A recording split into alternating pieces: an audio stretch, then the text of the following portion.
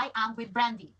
And that left and went to sleep out and mentioned she was just hanging out with Brandy. I wasn't 100% sure, is she, being honest with me? But you know what though? Gino. Jasmine.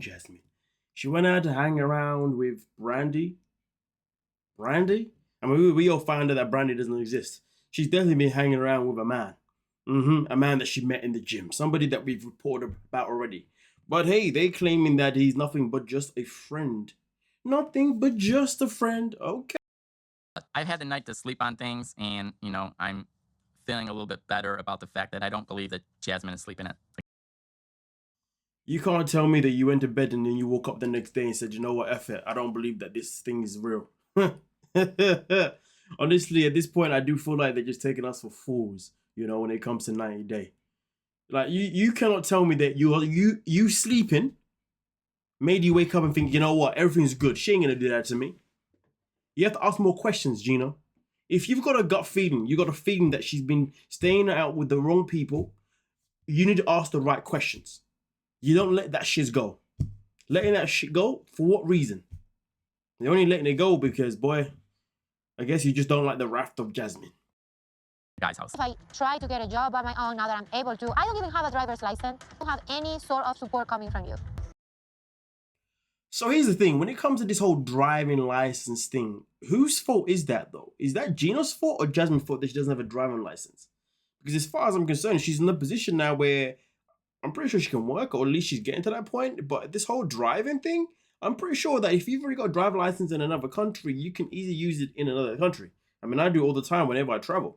And I've known people from the UK that have gone over to the States and they've been able to drive cars in the States. And bear in mind, we drive cars on the other side. You know what I mean? Okay. And each time I've been to any other country in Europe, because in Europe they also drive cars on the same side as America, I've been able to go there and drive cars on the other side.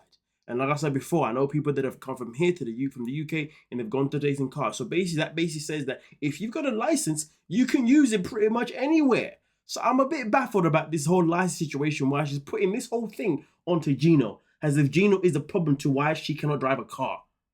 Now, I understand that she doesn't have a car, but she also doesn't have a license. A lot of our arguments start because Gino doesn't want to drive me anywhere. So I don't have a car, I don't have a driver's license. I'm not asking for a lot of things like, hey, deposit. The thing that I found the most wildest thing is that she doesn't have a car, doesn't have a license, but yet she wants him to buy a car. She says that, I don't even care what car it is. It could be anything, as long as I got a car. But you haven't got a license though. Get the license first. Now, of course, should Gino be driving her around to wherever she needs to get to? Well, if Gino is available and is not doing anything, absolutely. But if he's busy, then fair enough. She needs to find a different way of transportation, if that's possible. Of course it's possible. Like, come on now. Honestly, this whole car thing, it's a whole... I mean, listen, the only thing that's worth a conversation is the fact that Gino is not willing to drive her anywhere. That I completely understand being a conversation, but the rest of it, it's a bunch of gobbledygook. Like tons of money, so I needed to get me a car and a driver's license so I am able to drive my car. That I'm not buying you one is that I can't afford it. There's a difference. No, you can't anything. You're incapable. No, I mean, to be fair, maybe she has got a point that he just can't do anything. He won't drive her nowhere. He won't sleep with her. He won't do nothing. But here's the thing, though. Jasmine does ask the question, why did you marry me? You know what's funny about when people say that? You do realize it takes two people to marry, right? All right, cool. I can't afford it. In Latin. I know that you know what? Yeah, With a man, you don't appreciate anything. you know what? So let's put the rock in the bag. Let's keep going. Brought me to this country, okay, with lies, with empty promises that you were gonna be an amazing husband. You know what, though? Jasmine says that Gino brought me to this country with empty lies. You said that he's going to be an amazing husband, bloody daddy daddy da. My only thing is that since we have seen these two on screen, it doesn't even matter what promises Gino may have given her. We have seen Gino do other things that were easily deal breakers, okay? That Jasmine could have used to end the relationship. This whole projection of saying, oh, why, that you basically sold me a lie. Well, what about the fact that you found that Gino sent pictures of you, nude pictures of you to his ex? Why didn't you leave him then? Why? Like, make it make sense, because that is the biggest deal breaker of itself alone. So while Jasmine's out here talking about how Gino misled her, which he probably bloody did, to be honest with you, he has to take that accountability. At the same time, though, she has to take accountability to the fact that she's ignored all the signs. Even when she was in Panama, he was barely giving her the pipe anyway. The reasons were there for her to walk away. So to say, oh, why did you, like, you misled me? Even if he did, don't act like the opportunity. It's different if somebody misleads you to the point where they blind you to the point that, like, they do no wrong. You know, because I know there's some people that go through relationships where they are truly misled by somebody, okay? And this person will happily behave perfect the whole time. And then the second that they get married, they switch up. I mean, in most situations, soon as they get married and then they get the green card and all that kind of stuff, they switch up and show who they really, really are. Now, that's different. This isn't a case where Gino has, like, wooed her and he's been perfect. He has made blooper after blooper, like, you know what I mean? So take that accountability there, Jasmine.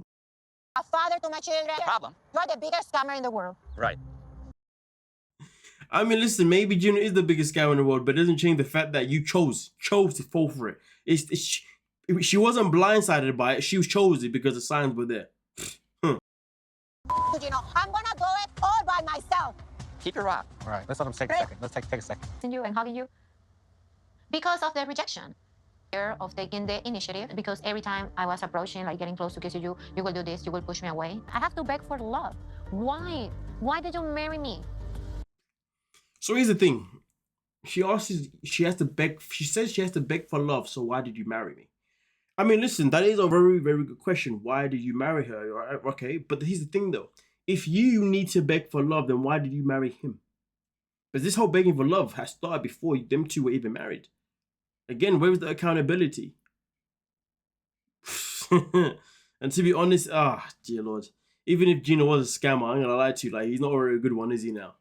Jasmine needs to just admit that she happily accepted all of his advances because she wanted to get to America. And now she's in America, she's just a bit disappointed with the fact that, you know, Gino isn't exactly, you know, doing certain things that she hoped he would do. But hey, let's not act like you did not have your own agenda. Just that your own agenda just did not plan out perfectly the way you imagined.